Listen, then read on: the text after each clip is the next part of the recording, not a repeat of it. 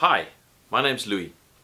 Years ago I was involved with a transport company, and soon after I got involved I discovered that we lost roughly 300,000 rands worth of tires a week. That's about $20,000. That's a lot of money to lose very fast if you're not in control of it. And no one could really pinpoint to me what the issue was. So I went into an investigation to find out what caused this loss, which was mostly due to blowouts, en route blowouts. So the logical thing to ask yourself is, are we making sure that the tire pressures are correct when the trucks leave our depot?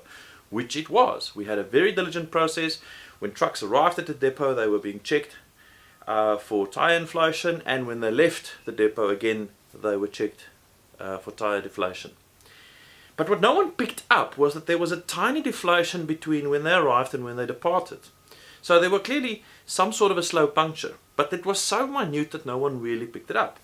But what happened was, as the truck left, these tiny deflations kept deflating the tires, so that when the tire is deflated enough, it would overheat and burst, which had a whole ripple effect. Now we had a truck that was standing next to the road that needed an en route repair. We were late for our delivery on that, so there were penalties, and our truck was out of productivity for another day. So it had a massive consequential damage effect over and above the obvious cost of losing tires. So what was the cure? Well, I, at close inspection, saw that what people were treating were the symptoms of a larger problem. And as I found that symptom, I investigated to find out that there was another cause and another symptom.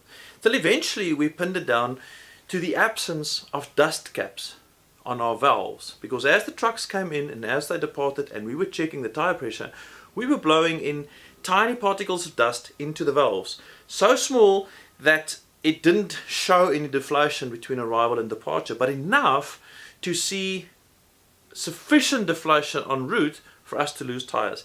A dust cap cost 10 cents. It's nothing. It's absolutely nothing. And the way that we solved the problem was to, for the first month after we discovered the problem, as trucks arrived in, we literally screw out the complete valve, put a new valve in, inflated the tire, and put a dust cap on. And the problem was solved. As simple as that. So what's the moral of the story? Sometimes the problem that manifests itself in a specific place has a root cause which is 1 or 2 or 3 degrees away. And by trying to address the symptoms of the problem, you're never really solving the problem, you're just addressing a symptom.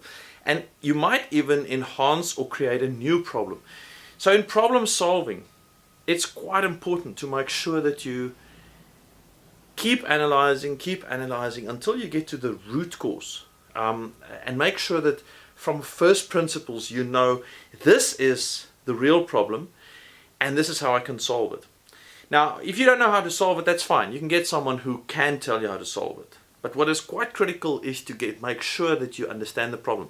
And even there, if you don't know how to find the problem, just knowing that you shouldn't simply dive into solutions mode, like let's check the tire pressures immediately, is already quite helpful. Making sure that you get an expert and a specialist that can help you to diagnose the problem before you go into solutions mode, that'll already save you a lot of time, effort and money.